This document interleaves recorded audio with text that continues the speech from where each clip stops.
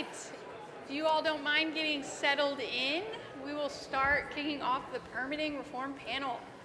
I know this was a sought-after panel. I am relieved to have it here, so I don't have to answer all the difficult permitting questions. I can direct them to our experts. So as you guys know, my name is Jennifer Tyler, Senior Director of Gov Affairs. I've got a great panel here of a lot of really esteemed experts on permitting reform, but energy policy more broadly, really diverse backgrounds, but they will be able to answer all of your questions. All right, so first to my left, I've got Zan Fishman. Zan is the Director of Energy Policy and Carbon Management at the Bipartisan Policy Center, focusing on energy and infrastructure policy and carbon management. Zan began his professional career as a high school teacher and covered subjects ranging from physics to math to English as a foreign language. From there, Zan transitioned to the world of politics and policy. He worked on Congressman John Delaney's staff for 9 years, advising the congressman on infrastructure investments, climate change, and social impact investments. Most recently, he served as Chief of Staff to Congressman Delaney. Zan moved into his most recent position at the Bipartisan Policy Center in July of 2021 and has been working with the organization ever since. Next, we've got Chad Whiteman. Chad is the Vice President for Environment and Regulatory Affairs at the U.S. Chamber of Commerce's Global Energy Institute. Chad has been working in energy and environmental policy space for over 2 decades. Before taking his most recent position, he served as an environmental engineer for the EPA, the Deputy Director for the Institute of Clean Air Companies, and as the Deputy Chief of the Natural Resource and Environment Branch in the Office of Management and Budget. Notably, he played a crucial role in developing and implementing the Clean Air Act policies during his time at the EPA. With his experience, one of Chad's key responsibilities at the Institute is developing clean air and permitting reform policies and strategies as they relate to Congress and the executive branch. And last but certainly not least, we've got Ilan Sykes. He's an energy policy analyst at the Progressive Policy Institute. His work with the organization focuses on energy deployment, innovation, and decarbonization. He began his professional career as a researcher at the Climate Leadership Council, which we all know very well, where he focused on carbon pricing, global climate policy, and the intersection of climate and trade policies. Ilan joined PPI in August of 2022 and began working on the organization's Energy and Climate Solutions Initiative. The overall goal of the initiative is to ensure abundant and affordable energy for Americans while simultaneously lowering U.S. and global greenhouse gas emissions for climate change. So with that, I think I'm going to give each of you a couple of minutes to give some introductory remarks, let the audience know kind of who you are and what your opening thoughts are on permitting reform. Great. Should I kick off? Yeah, absolutely. Well, first of all, thank you. Thank you for having us here, and thank you for having an entire panel on permitting, the most boring topic that is of utmost importance.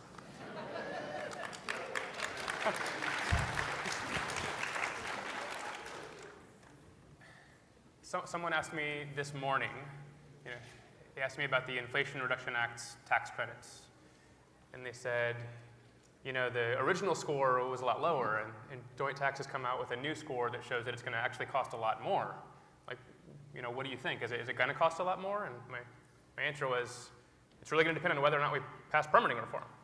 Because if we want to build clean energy technologies, if we want to deploy all of the amazing innovation that is actually going to decarbonize, it's going to require actually getting permits to start building.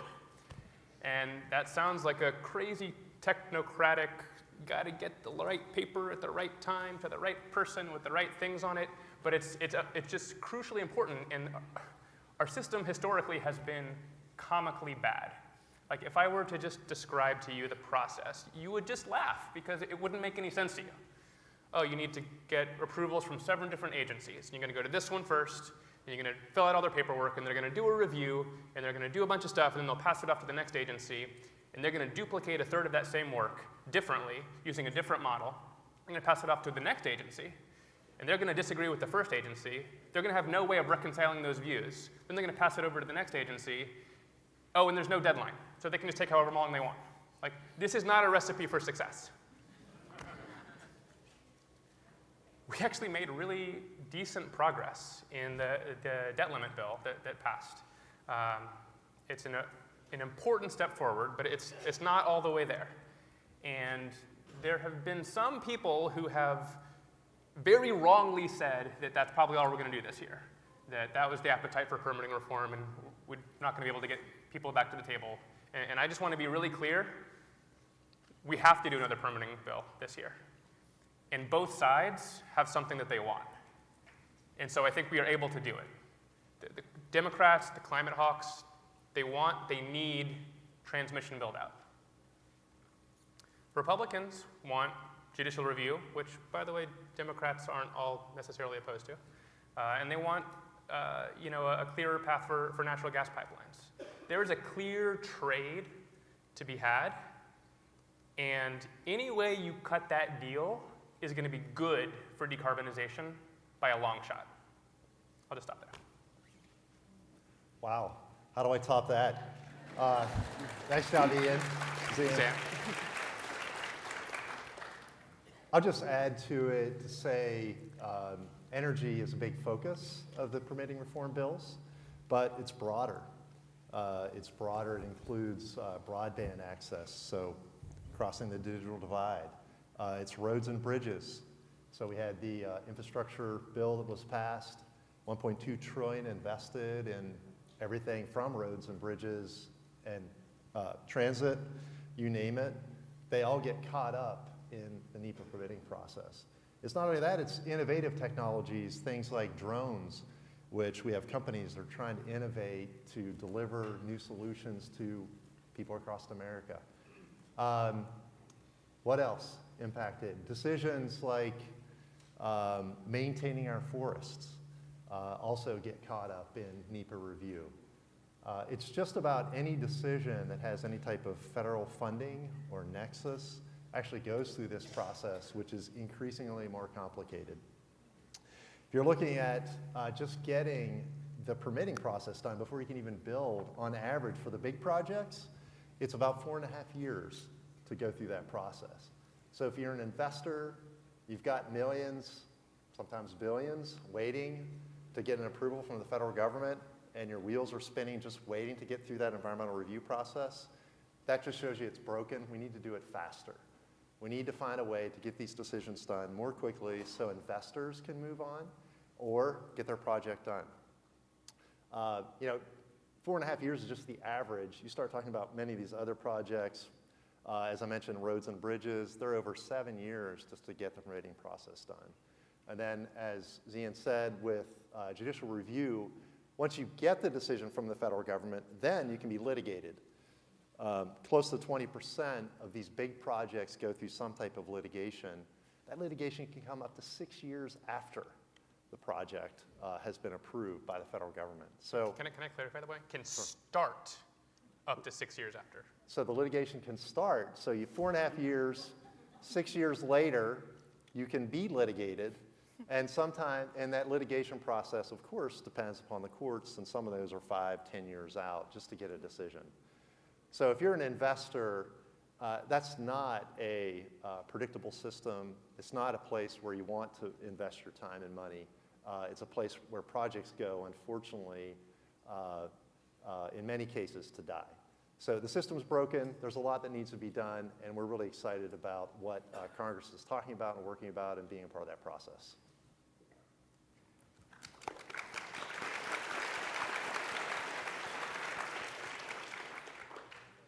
Thanks, everyone. As a creature of DC think tanks, any conference where doing something that's boring, important, and good is an applause line is a good place for me to be. I'm especially happy to be here as someone who has also spent a lot of time on carbon pricing. As Jen mentioned, I spent 4 years at the Climate Leadership Council working on how to decarbonize at a very high level. As I know that CCL has been for a long time, trying to figure out how to move forward in the current political climate.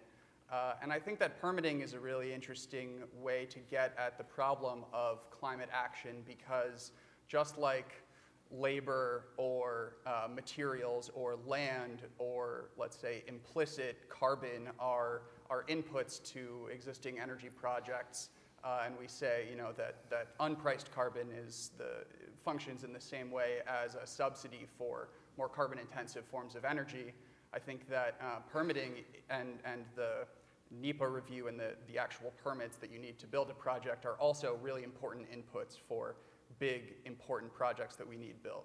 And that wouldn't be such a problem if those costs were tailored to the climate impact of different projects, but it's actually the opposite. So the NEPA process, the permits that are required for renewables and transmission take a lot longer than we think that they should, and for the speed that we need to build them, get them connected to the grid, get them connected to end users, whether in industry or in households, takes way too long right now because the system that we have was designed for an entirely different set of environmental problems back when we didn't have clean energy, we didn't have quite the same understanding of how important and what the nature of the problems of climate change are.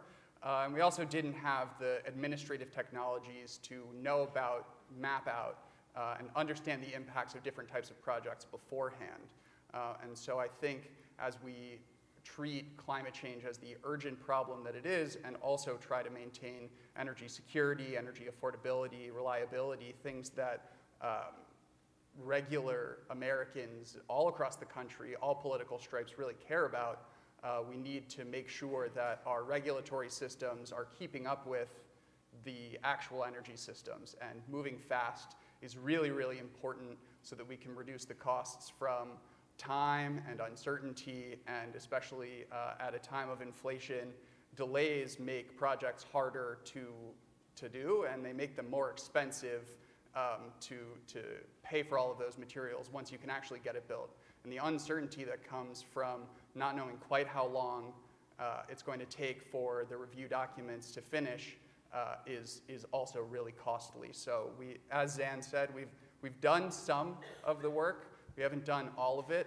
and there is a lot of progress to be made, not just on transmission, but I think also for the types of everyday projects that we need to get built. And the last thing that I think I would say to you all is that this is not just a federal problem. Many projects will never have a federal nexus that requires a permit from an agency, but almost every town, city, county, state is going to have their own rules also, and making sure that they work well with the challenges ahead of us and the changes in the federal system of permitting can help make a lot of progress too. So as a grassroots organization, I think paying attention to all of the levels of government where you're represented can bear a lot of fruit, and making the rules easier for building all these projects, of which we need millions and billions. There's a lot of work to be done, so it's great to be here talking with all of you.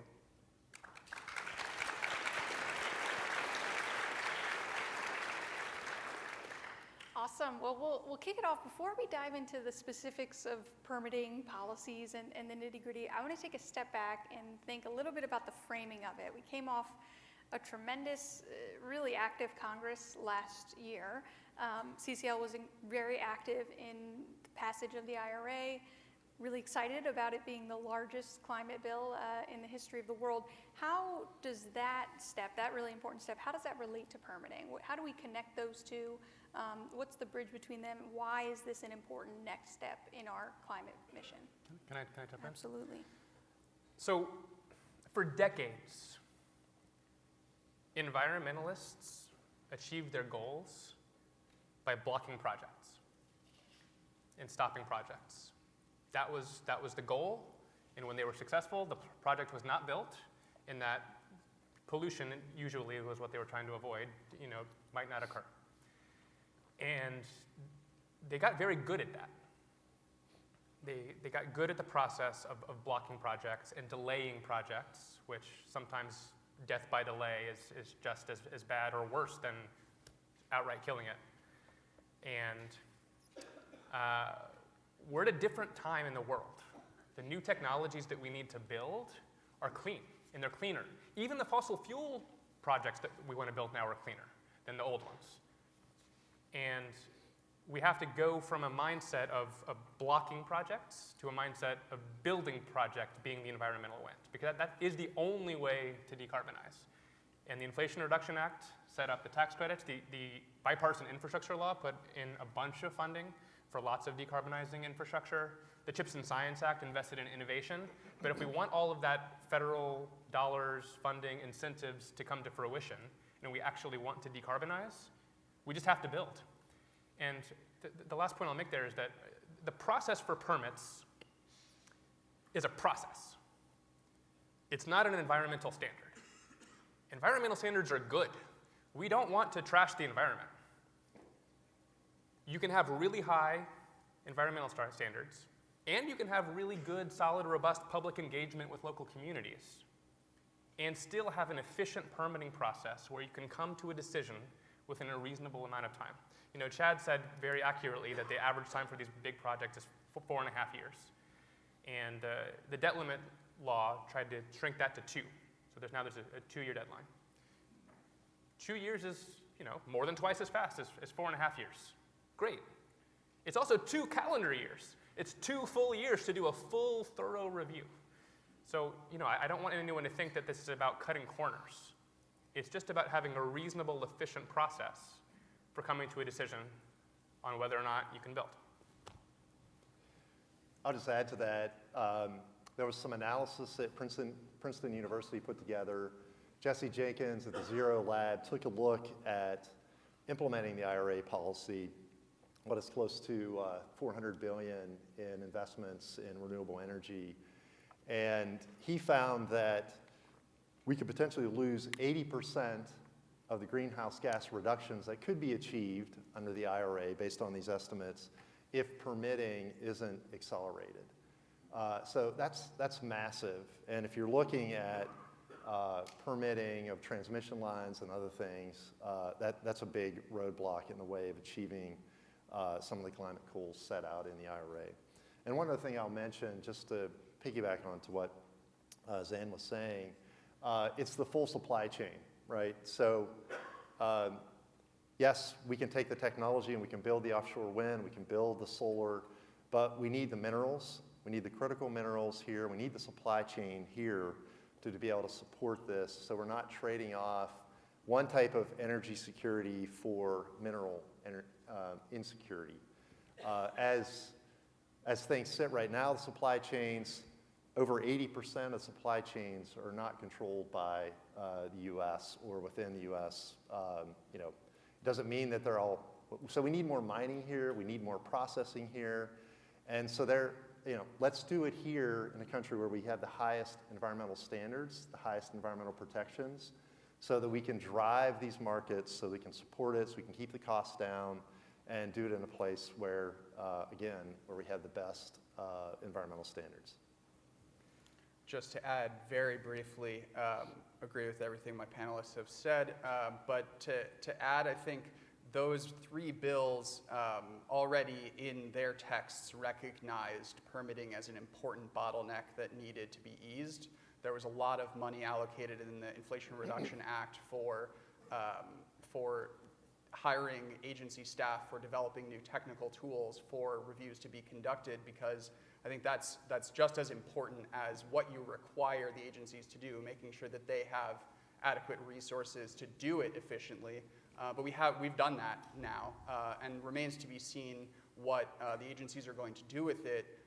But between that and the infrastructure bill's provisions for making permanent and older permit streamlining initiative called the Fast 41 process, I think was really valuable for those infrastructure projects and for all projects going through the permitting process. But I think the most important connection really between permitting and decarbonization is that over 3/4 of the energy projects that are stuck in the process now, not stuck in the process, are clean or transmission projects. And so this is not a burden that's falling equally on all types of energy. The money, the excitement, the enthusiasm is all for cleaner, newer forms of energy, and that comes for facility upgrades for fossil just as much as it does for renewables.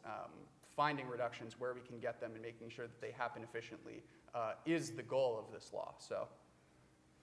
That's great. I think all three of those responses give us a lot of our foundation as we go into our lobby days on Tuesday for why permitting is necessary. Why is this one of our top asks? Now, Zan, you mentioned the debt ceiling bill. I'd like to ask whomever would like to respond to get a little more in detail with what was included in that permitting reform section of the debt ceiling package.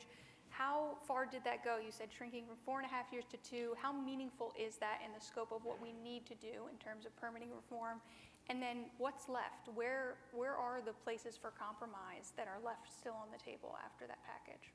Great, good question. So, first of all, look, I work at the Bipartisan Policy Center, and bipartisan deals are kind of our bread and butter, right?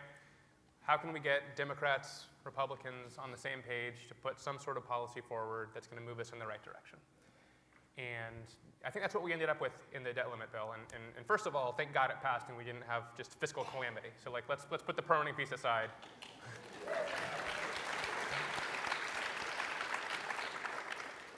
But it did pass, and there was a good piece on permitting. If you want a detailed explanation, we put out an explainer of all the provisions, including a red line of NEPA changes. And if you're used to reading bill text, or if you're not used to reading bill text, we do it in kind of a strange way where you say, go back to the code and strike this law and strike this word and insert that paragraph, but you don't actually show the context of what you're amending. So if you want a red line to show actually what changed, you can go on BPC's website, or maybe the CCL staff will be able to get it to you, and you can actually see the changes. And there are a few kind of boring changes to NEPA, and then there's a few kind of meaningful things. So like one of the changes is if you're looking at the impacts of what a project might have, there's language adding the words reasonably foreseeable. And when you're comparing alternatives, which the NEPA process has you analyze a project and analyze alternatives to what you might do, it says that those alternatives need to be economically and technically feasible and fit the purpose and need of the project, which is really just common sense, right? If you're looking at a project and you want to see what are the alternatives, analyzing things that don't technically work, you cannot build it there, right? Or don't economically work, you would not invest money to build it there, isn't actually a real alternative. It's just a waste of time. And if it doesn't fit the need and purpose of the project, same thing. So there's some kind of like boring common sense stuff. There's going down to 2 years. There's having a lead agency, rather than the 7 agencies passing off paper from one to the next, having one lead agency coordinating the activities of all of the other agencies. Up front, having a timetable and a schedule. Who is responsible for what? What are the permits that need to be be approved as part of the process? Having a dispute resolution mechanism if 2 agencies disagree. Really, it's just total common sense, good government best practices sort of stuff. There are more details, but I would say it was a good step forward, but there's just really a lot more to do. We've talked about transmission. We've talked about judicial review. We've talked about pipelines, which, natural gas, but also hydrogen, carbon dioxide. We've talked about critical minerals, nuclear, geothermal. One of the things that we haven't really touched on is, actually Elon kind of alluded to this, is that, if you look at like the baseline right now of like how good is your permitting system, and you look at oil and gas, and you look at renewables, oil and gas are already, they have an easier path to yes. And so if we're looking at improving everybody up, renewables have a lot farther to go. And geothermal is just a terrific example of that, right? Oil and gas has certain exclusions for like drilling test wells. Geothermal doesn't have those categorical exclusions. They have to go through a lengthy permitting process just to do a test well. So I think that there's a lot that we can do in a second bill. And I think both sides have really clear incentive to want to come to the table. Elon, I think, said it really well, is that the best part about this policy is that everybody can get something they want. You get decarbonization. You get cheaper energy. You get more reliable energy. You get better energy security. And you get better quality of life. It's just a win-win. Good, Elon, if you want to go next. Sure.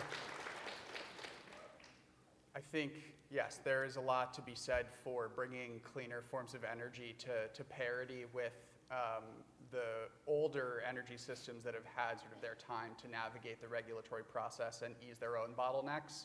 I think one area that we at PPI would like to see even more touched on in the second bite at the apple is one that was only mentioned briefly in the debt ceiling agreement, which is programmatic reviews. So right now we do project-by-project reviews for most things.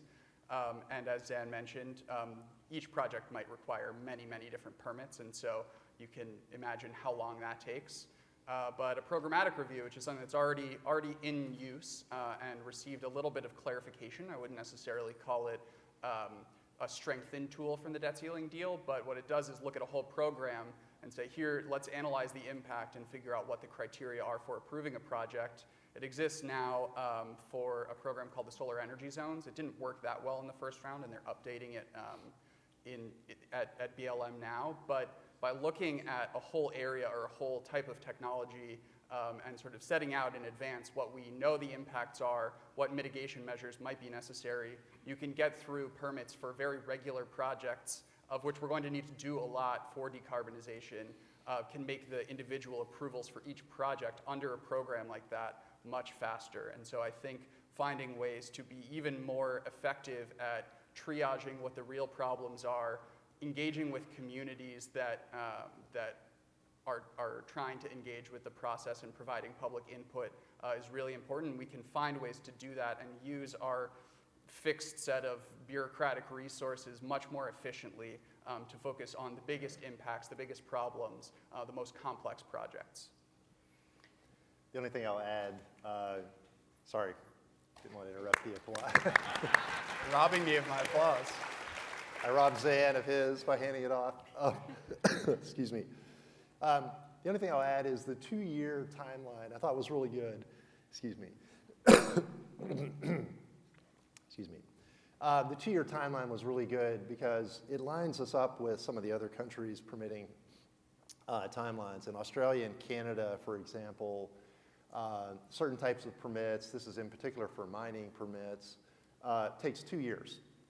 They have a time limit. They also have just one agency to go to. So it's a little more clear, the process. One of the challenges here is that we have a whole plethora of different agencies working on projects, and that's what makes it so challenging. So putting some of the shot clocks in here of 2 years, having one lead agency, okay, this is the agency that's going to develop the one document. We're all going to work on this one document.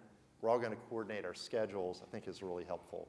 So that was one thing I just wanted to highlight. It sort of bringing us in line with and catching up to some of what our peers are already doing around the world.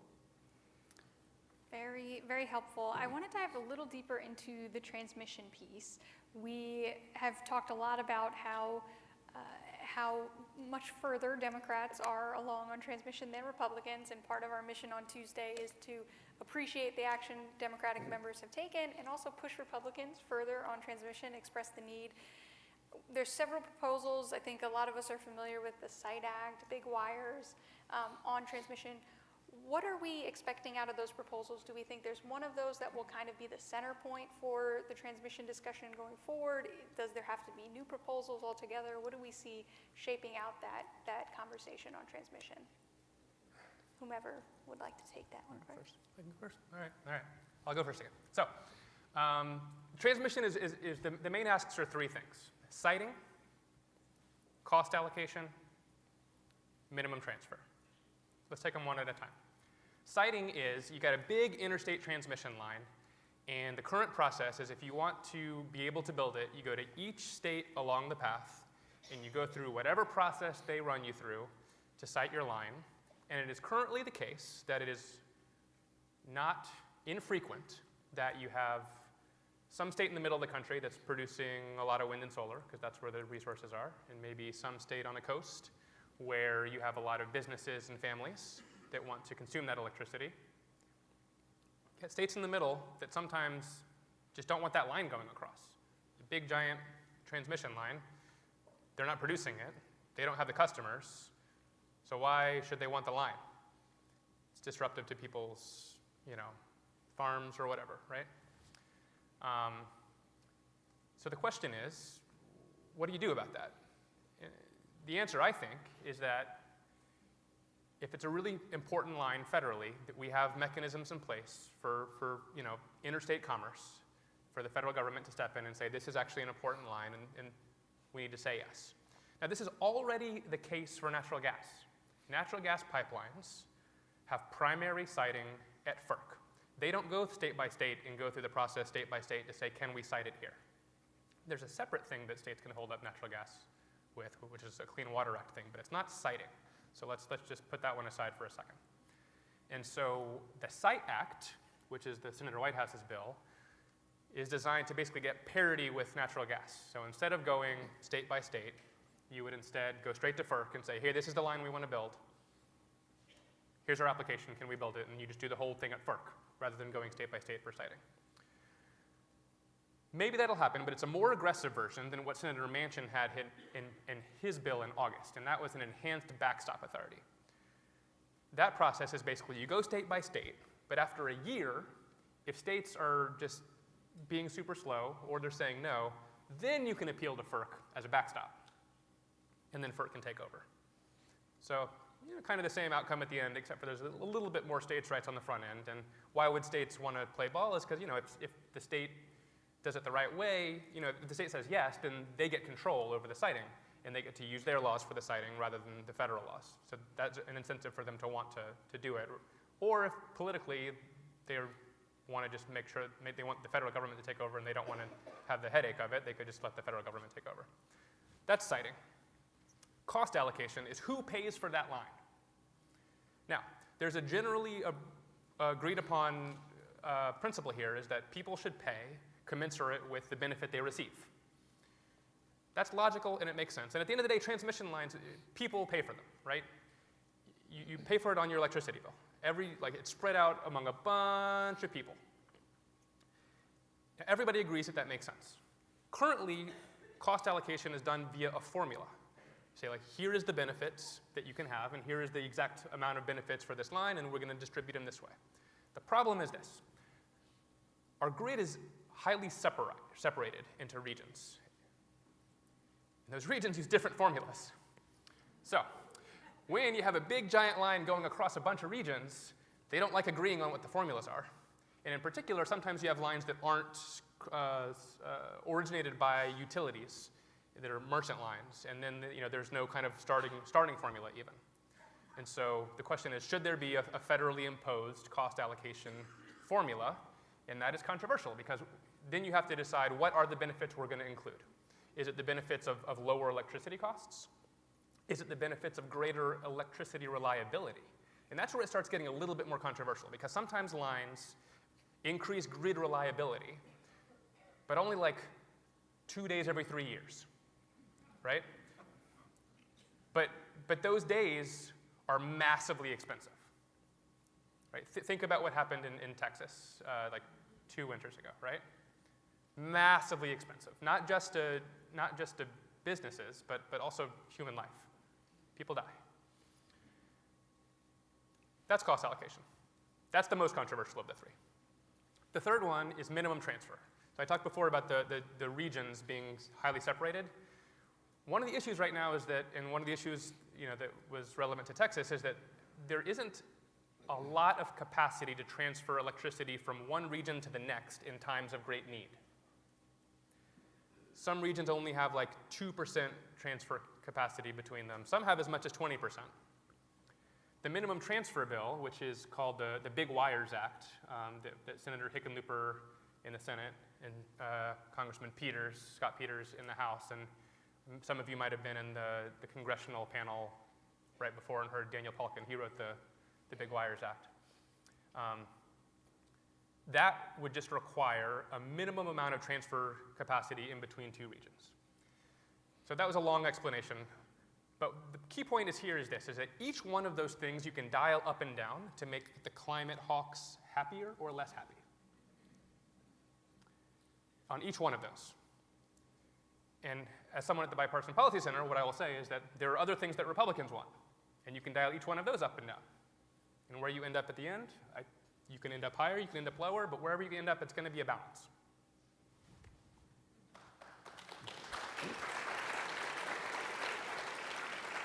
That's good. That's going to be hard to top. I mean, that was a great explanation. Clearly, the teaching background is coming out here. 3 points. Remember these 3 and take that home. And I would say that Zan hasn't clarified really well that it's controversial, definitely on the utility side. 14 of the 50 states are deregulated states. So what that means is if you're in a state where you're currently regulated by the state, that means you want to build a project, you have a capital project, you can get that, quote, refunded through the state approval process and pass that on to consumers.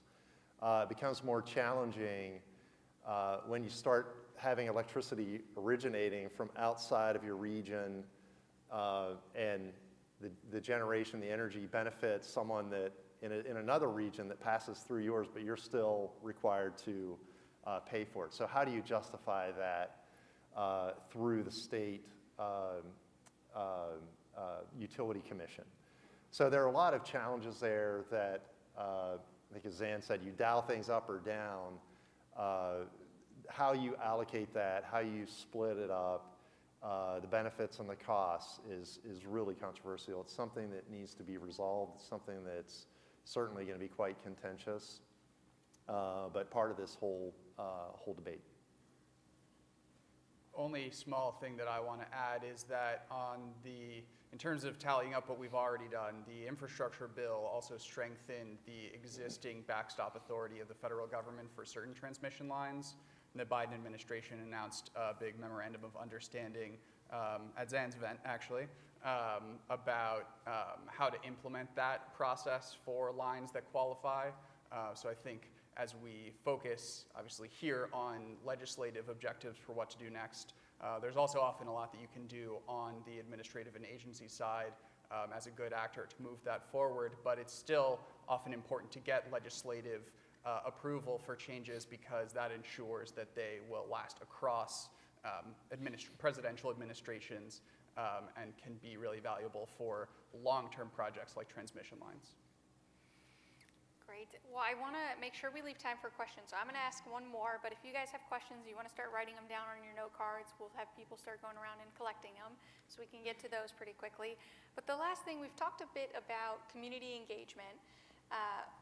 Obviously, you guys have done a great job of helping us understand one of the concerns of Democratic members being that permitting reform could be a big boon to oil and gas, really harmful in terms of emissions. I think we've got a response there, how to address that.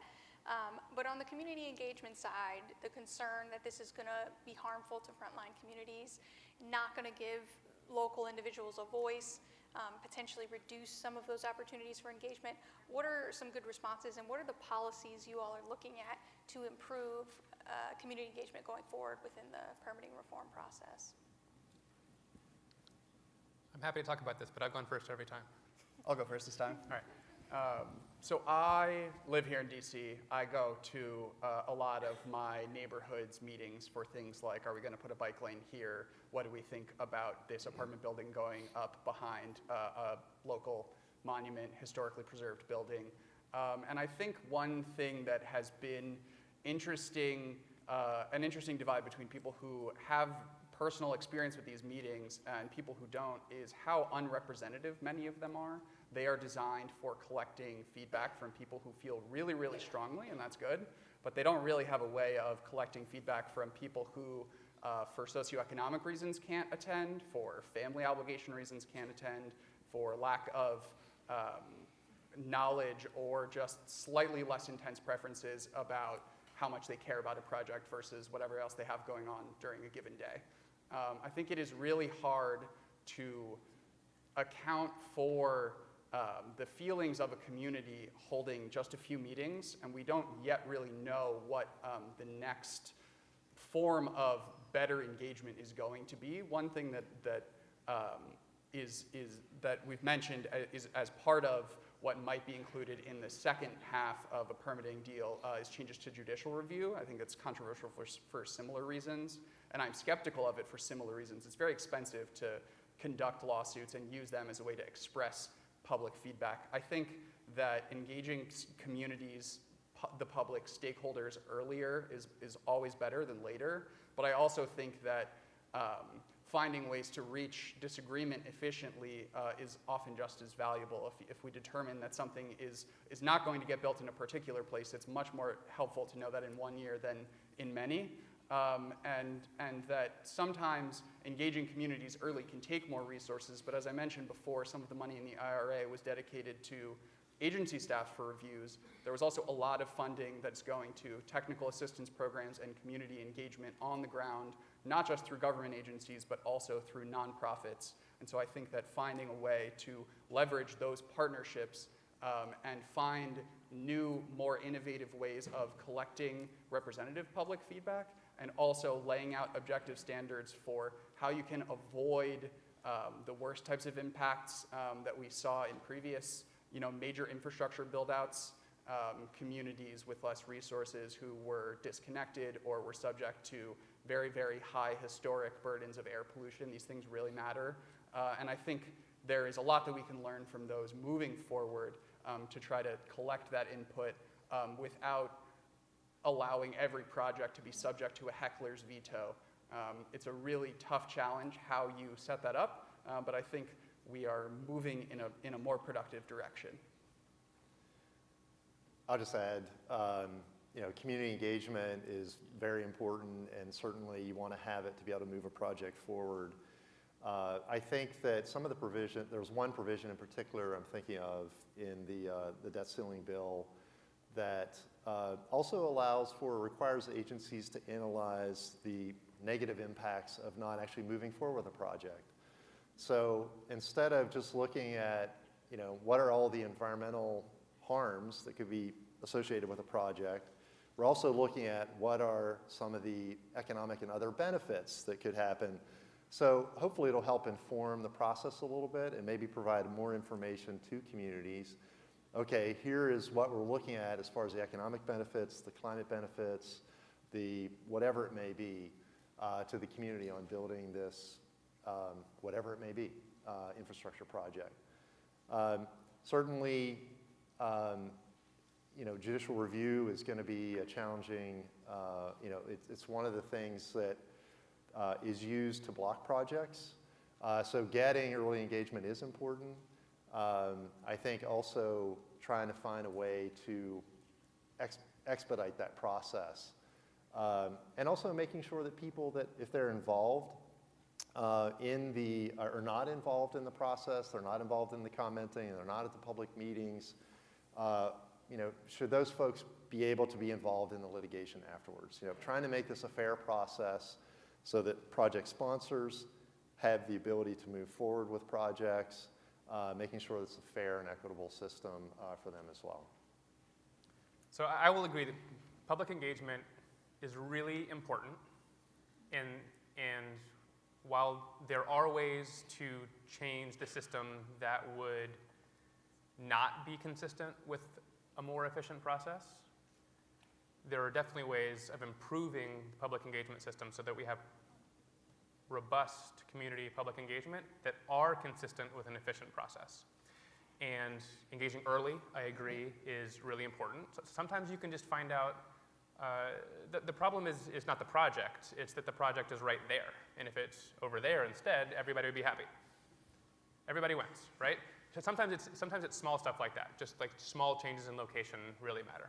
Sometimes it's community benefit agreements. Sometimes you have an agreement between a project developer and a community, like, oh, if you're going to build this, we're worried about extra stress on our community from this. Yeah, maybe there's more jobs, maybe that's more people. Well, if there's more people, well, maybe we need a new hospital or a new school or better roads. And you can come to a community benefit agreement where the project also comes with investment in the community. That's a tried and true method. 6 weeks ago, we put together a roundtable where we discussed a bunch of ways to improve public engagement. We put out a takeaways document about empowering communities in the energy permitting process. So if you want to read a more detailed discussion, I've got something for you. The last point I'll add is just, I've been working on this idea, right? And the idea is this, is that developers want to do public engagement, and they are inherently mistrusted by local communities. And there's really no way around that, right? Like there's an inherent degree of distrust. So how do you solve that?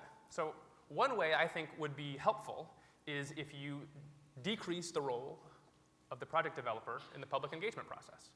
So, okay, how do you do that? So imagine this. You have some neutral third party. Maybe it's centralized within the federal government to get resources and expertise, but likely they're working with local trusted partners.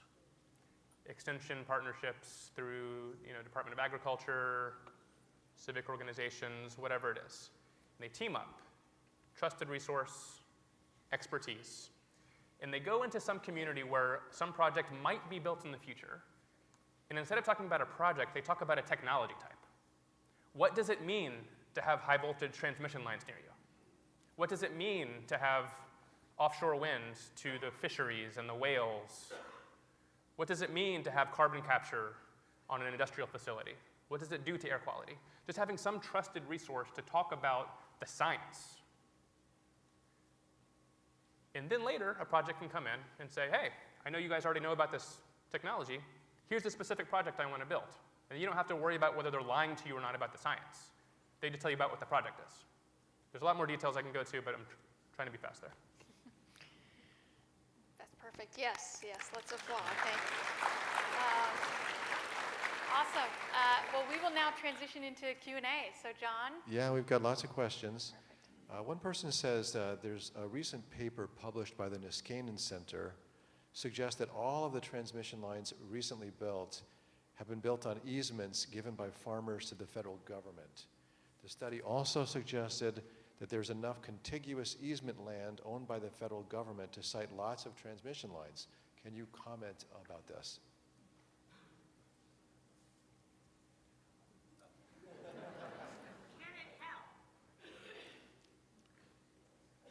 There's certainly advantages to trying to permit projects that are already on existing rights-of-way. An analogous place is broadband fiber on the side of roads. Those are examples. So if you already have a transmission line, linear infrastructure, transmission line, pipelines, all these things, it makes sense to me to be able to use the existing right-of-way that's already gone through the permitting process. You seem like the skids are already greased to go. But I guess that, it still has to go through the NEPA process. So it's something to think about for a legislative fix. Is this something we can do for across the board, particular sectors, et cetera? I mean, I haven't read the paper. I would say that Chad is 100% right that using existing rights-of-ways, tried and true good method. And to some extent, people are looking at highway rights-of-ways, can we use that? And that is both promising but challenging. Challenging for a couple of reasons. One, state DOTs historically haven't been super happy about big transmission lines and big giant poles for people to slam into and high voltage electricity. But it's a promising thing to look at. There's undergrounding of transmission lines, which can ameliorate some of those concerns, but is much more expensive, though you also get additional benefits of security. But I guess the last thing I'll say is, we were talking about dialing up and dialing down. The massive dialing up is if, you get some government bureaucrat who understands transmission to, take out a map of the United States and a big Sharpie and say, the transmission lines are going here, right? That's not what we're doing. Our federal government is not that federal, right? It's a project-by-project basis, mostly determined by need. And I think to the extent that, I think you always try to take the path of least resistance in terms of how easy it's going to be to site. But when you have, giant transmission lines going over 5 states, there is no 100% path of least resistance. It's just too much land to cover, and you do the best you can. And you can go out of your way a little bit to follow easier paths of siting, but the more you go out of your way, the more expensive it is and the less efficient your transmission line is for the actual transportation of electricity. Only thing I'll add, other than, yeah, it sounds like an interesting paper that I'll have to check out. But when we talk about existing rights of way, one thing that we haven't mentioned is making it easier to do upgrades to not just existing rights of way, but the actual grid that already exists, reconductoring, other sort of upgrades to what is already there are often also still complicated and take a long time. And so anything that we can do to speed up the process is good, using existing rights of way, using existing transmission lines to move more electrons are all great. But as we said, there's more that needs to be done than using the tools that we already have.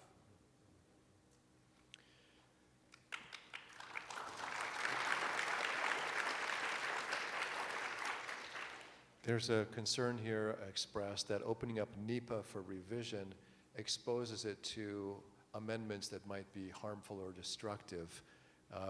What are your thoughts about revising NEPA and protecting it from harmful revisions? I think we have to go back to Princeton University's analysis that there's more to gain from speeding up the process and making decisions more quickly than there is to lose. Also, NEPA is, as Zan had mentioned, it's a process statute that requires agencies to do this process. It doesn't amend. You have all of these background statutes, there are more than a dozen. Clean Water Act, Clean Air Act, National Historic Preservation Act, Endangered Species Act, and on that have protections in place. So certainly we want to protect the environment. We want to enhance environmental stewardship. But I think the trade-off of making decisions faster is much greater for getting more environmental benefits sooner. And the die is cast on that. We amended NEPA a couple of weeks ago. The debt limit bill amended NEPA. For decades, there was an argument that you should never try to change NEPA because in that process there might be a separate amendment that would be bad in addition to your amendment that would be good, right? That was kind of like this political strategy argument that I heard for decades. And whether that was true then or not, we don't really need to argue about, because 2 weeks ago we amended NEPA, and it's been amended. So look, NEPA was a really good, important law. It's from a long time ago. And decades ago, the environmental reviews were actually really fast. And they were not that many pages. They didn't take that long. Over time, the process has just become more and more bureaucratic and slow and terrible. And now, you do an environmental review and it's 1,000 pages. And the whole goal of 1,000 pages is trying to pre-butt every single point that you might be sued on. That's just not a great process. That's why we need a better one. Yeah, I think any legislative change brings with it risks and benefits.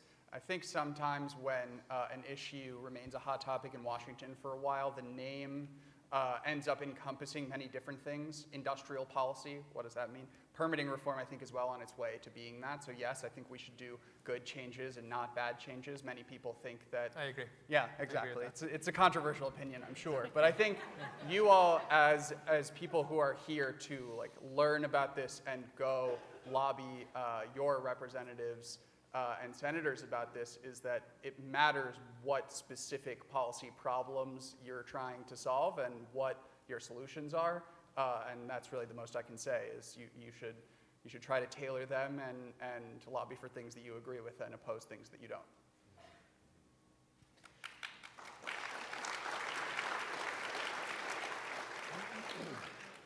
Is there a constituency that is fighting against permitting reform, and who is that? Or is the issue not that simple? Yes, there are people fighting against permitting reform.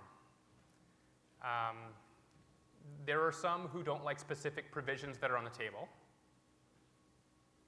sometimes for valid business reasons of their own, sometimes for valid political reasons of their own. there are some organizations who sue to block projects a lot. And they're not a big fan of making it harder for them to sue to block projects.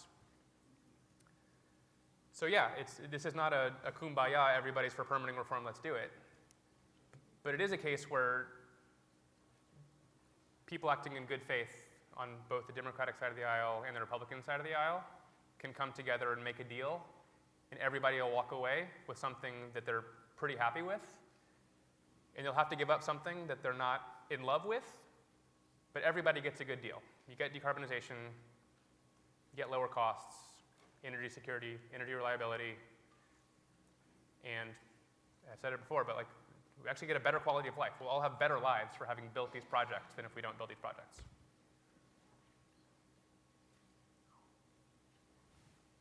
Jen, this is a question for you, and you've spoken to this before, but maybe one more time you can tell us. We're not lobbying on a specific bill. So when we go to Congress tomorrow and we're asking about permitting reform, can you advise us a little bit? What's the kind of language that we should be using since we don't have a specific bill? What would you advise us? Yeah, absolutely. We'll definitely, cater this to your own member, figure out what speaks to them. But our top line, what we are asking for is for comprehensive bipartisan permitting reform. And it's really general, but the key words are comprehensive. So we want it to be inclusive of all the different pieces of permitting that we think are relevant, and bipartisan. We're trying to push both parties to the middle here to get something done. The two key points we want to have realized in any permitting package: we want to reduce greenhouse gas emissions by speeding up the approval of clean energy projects. And the second piece is we want to protect the health and safety of the American people and American communities. So those two pieces are key, and that will include making sure that we're speeding up the approval of projects through a lot of the things these three gentlemen have talked about, from the agency reviews all the way through the entire process to get to a yes quicker on these good clean energy projects, but then also making sure that second point, that community engagement piece, is there, that we are still protecting communities. So that's our overarching ask. There is a one-pager that I encourage you all to look at, and a lot of great resources on BPC's site, as well as our own research team on community. Thank you. These And guys this- also have some good resources too.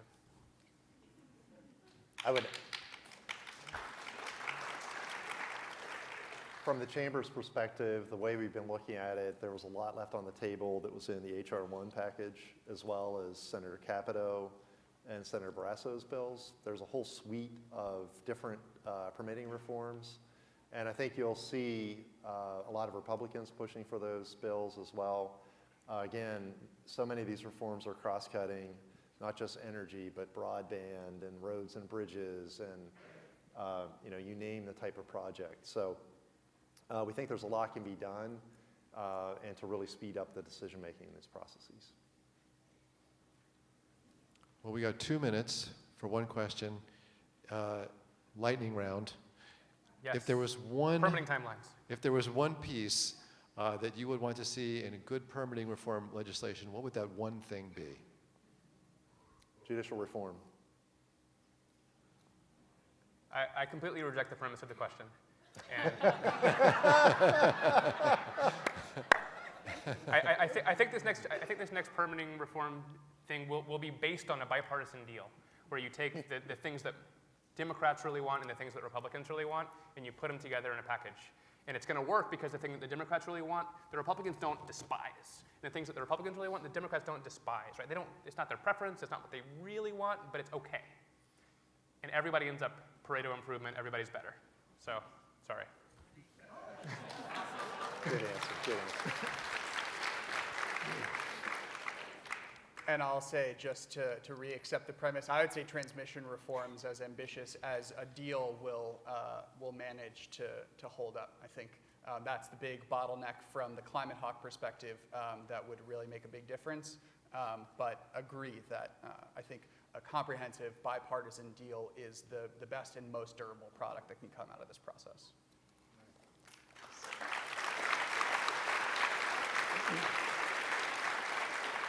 All right, Well, thank you all so much. And again, Zan was right. The other two groups, Progressive Policy Institute, please look at their resources as well on permitting, many other things. And the U.S. Chamber has a good permit to build coalition. They've been doing a lot of great work in the permitting space, a lot of good stuff out there that might be relevant to your member, and of course, Bipartisan Policy Center. So please check out those resources and join me in giving our esteemed panelists another round of applause.